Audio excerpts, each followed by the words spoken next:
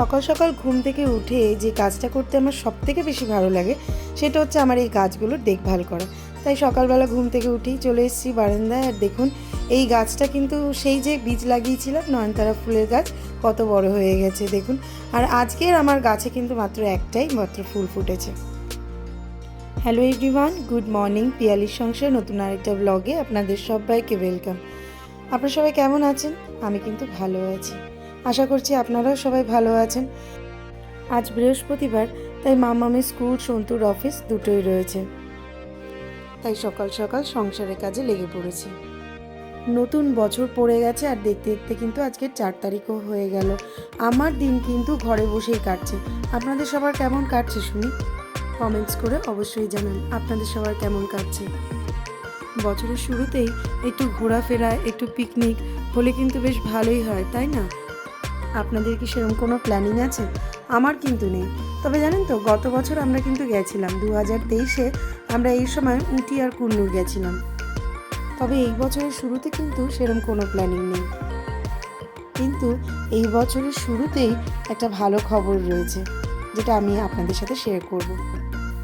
1 বছর পর আমি কলকাতায় যাচ্ছি। 1 বছর পর আমি আমার মায়ের কাছে যাচ্ছি। ভাবতে পারছেন? একটা বছর আমার কাছে কিন্তু অনেকটা। অপেক্ষায় থাকি জানেন, কখন মায়ের কাছে যাব।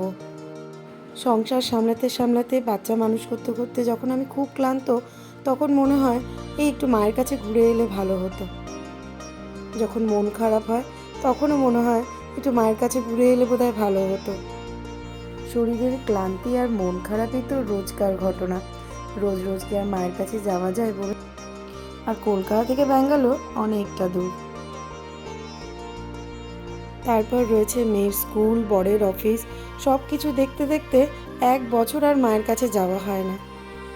আর যখনই টিকিটটা কাটা হয়েছে জানেন তো, মনের মধ্যে কিন্তু একটা আলাদাই আনন্দ কাজ করছে। তাই দিন গোনা শুরু করে দিয়েছি, কবে আমি বাপের বাড়ি যাব।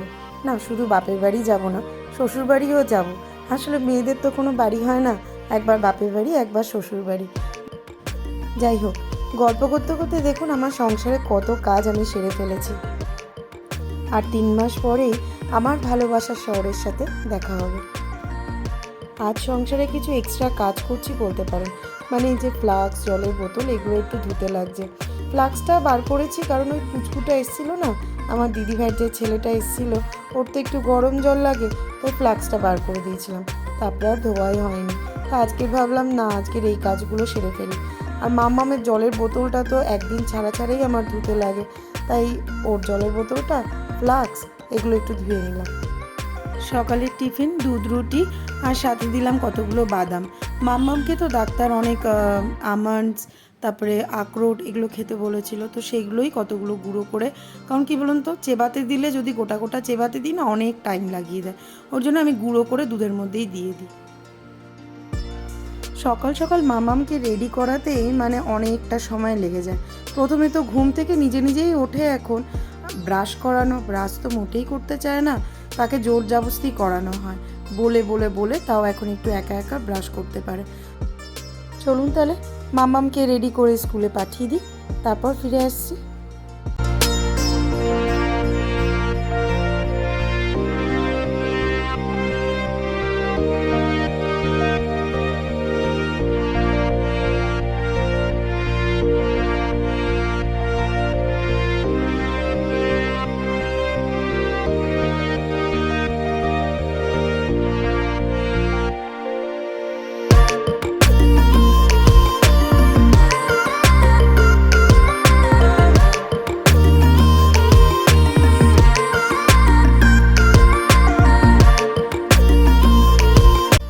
চলুন, রেডি হয়ে গেছে, এবার ওকে স্কুলে ছাড়ার পালা।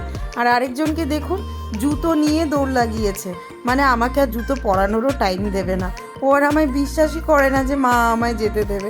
তাই দেখুন, ওকে যেতে দিনি বলে কি কান্নাকাটি না করছে। আসলে ও বুঝতেই পারছে না যে আর 1 বছর পরে ওকেও এরমভাবেই স্কুলে যেতে লাগবে। যাই হোক, মাম্মাম স্কুলে চলে গেলে না একটু হালকা হওয়া যায়। তবে আজকের আর একটু বসিনি জানেন, সন্টু বললো 10টার সময় বেরোবে, তাই জন্য চটপট চলে এসেছি টিফিন বানাতে, নাহলে তো আবার দেরি হয়ে যাবে। ও শুধু টিফিন খেয়ে যাবে, টিফিন আর নিয়ে যাবে না আজকের বলল। তাই চটপট বানিয়ে ফেলবো আজকের আলু, ফুলকপি আর গাজর ভেজে দেবো, ওই দিয়ে গরম গরম রুটি করে দেবো, ওই দিয়ে আজকের টিফিন হয়ে যাবে ওর। তবে একদিক দিয়ে ভালোই হয় জানেন, তাড়াতাড়ি রান্না হয়ে গেলে না একটু চুপচাপ বসে থাকা যায়। চলুন ওকে টিফিনটা দিয়ে আসি। আজকের আবার আমি এই টিফিনটা করব না, আমি আজকের খাবো হচ্ছে ডিম আর পেঁয়াজ দিয়ে একটু ভাত ভেজে নেবো। মানে কালকের একটু ভাত ছিল, আর আমার না রুটি অত বেশি ভালো লাগে না, তাই ভাবছি একটু ডিম দিয়ে একটু পেঁয়াজ দিয়ে কালকের ভাতটা একটু ভেজে খেয়ে নেবো। সন্তু অফিসের জন্য রেডি হচ্ছে, তাই ভাবলাম বিছানাটা করে ফেলি। ও বাবা, বিছানা করতে এসে দেখুন এই পুচকুটা যা দুষ্টুমি শুরু করেছে, তো ওকে একটু ভালো করে চটকে নিলাম। ওকে আমি যখনই সুযোগ পাই, একটু সময় পাই, তখনই আমি একটু ভালো করে চটকে নিই।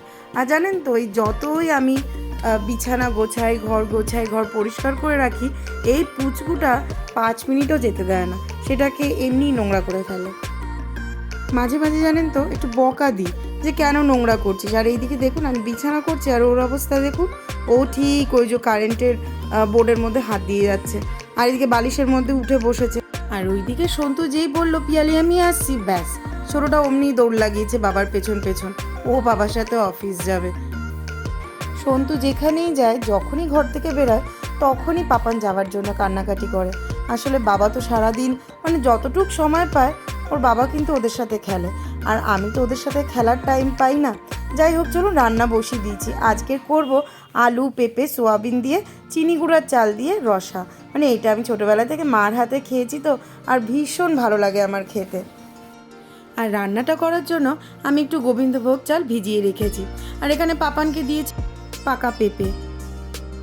আগের দিনকে পাপান যখন কাঁটা চামচ দিয়ে খাচ্ছিল, আমার না ভীষণ মজা লেগেছিল, তাই আজকে ফের পাকা পেঁপে কেটে দিয়েছি। আর ওর কাণ্ডটা দেখুন, মাঝে মাঝে না ওর দুষ্টুমিগুলো দেখতে আমার খুব ভালো লাগে।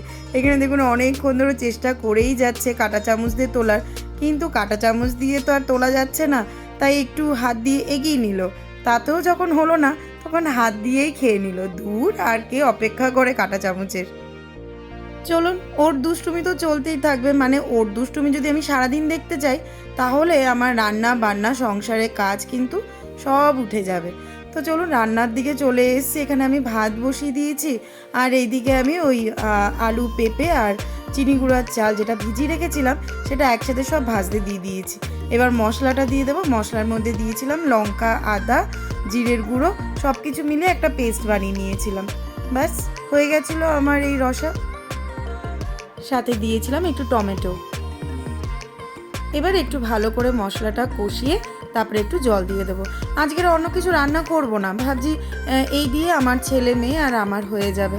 আর সন্তু তো সেই রাত্রিবেলায় খাবে, রাত্রিবেলার জন্য পরে রাতে ভেবে দেখব। হাতে কিছুটা সময় আছে বলে আমি ভাবলাম পাপানকে স্নানটা করেই দিই, তারপরে আবার মাম্মাম চলে আসবে, মাম্মামকে নিতে নিচে যেতে লাগবে। তো চলুন ওকে স্নান টান করিয়ে দিয়েছি। দেখুন না, চুপ করে বসে রয়েছে। মাঝে মাঝে ও আমার এত ভদ্র ছেলে হয়ে যায় যে বলার বাইরে। রোজ দিদিয়াকে একটা করে টিপ পরিয়ে দিই বলে ওর খুব ইচ্ছা হয় আমাকে মা টি টি, ওই জন্য টিপ পরিয়ে দিয়েছি। মাম্মামকে যে নিতে এলাম, অমনি দুজনে মিলে দেখুন খেলা আরম্ভ করে দিয়েছে। আর নিচে আমাদের সিকিউরিটি গার্ডের ছেলেটাও ওর পাপানের বয়সী, দেখুন ও কি মজা করছে। তাই ভাবলাম একটু ভিডিও করে নিই। ঘরে আমার অনেক কাজ পড়ে রয়েছে, ওদেরকে বলছিলাম চল ওপরে যাই, আমার ঘরে প্রচুর কাজ পড়ে রয়েছে, কিন্তু ওরা শুনলে তো। চলুন ওপরে চলে এসে আর আপনাদেরকে একটু দেখিয়ে দিলাম যে আমার আলু, সোয়াবিন আর পেঁপে দিয়ে কি সুন্দর আমি রসা বানিয়েছি।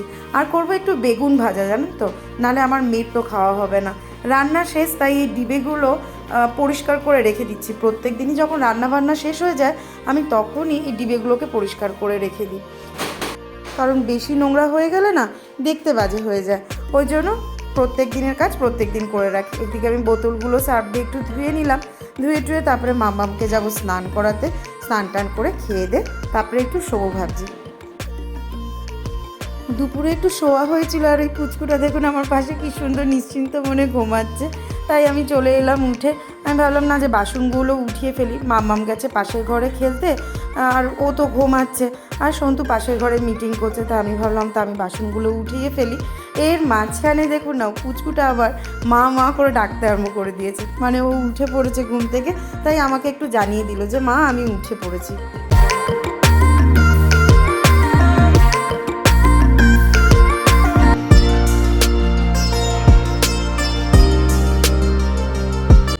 মাম্মামকে ঘরে ডেকে তারপরে একটু পড়তে বসলাম, তুই একটু পড়তে বস, তুই পড় একদিকে, আর একদিকে আমি জামা কাপড়গুলো ভাঁজ করে নিই, দুটো কাজই একসাথে আমার হয়ে যাবে। তো এটা করতেই বসে পড়েছিলাম। তো যাই হোক, আজকে সারাদিনটা আমার এইভাবেই কাটলো। আজকে ব্লগটা আমি এখানেই শেষ করছি। আপনারা সবাই ভালো থাকবেন, সুস্থ থাকবেন, আর সবাইকে ভালো রাখবেন। আমি চলে আসবো নতুন আরেকটা ব্লগ নিয়ে। দেখা হবে খুব শিগগিরই। যদি ভিডিওটা ভালো লেগে থাকে তাহলে অবশ্যই একটা লাইক করবে, লাইক করতে কিন্তু একটুও ভুলবেন না। আর যদি আমার নতুন বন্ধু হয়ে থাকেন তাহলে চ্যানেলটাকে সাবস্ক্রাইব করে আমার পাশে থাকবেন। সবাই ভালো থাকবেন। আমি চলে আসবো নতুন আরেকটা ব্লগ নিয়ে। টাটা।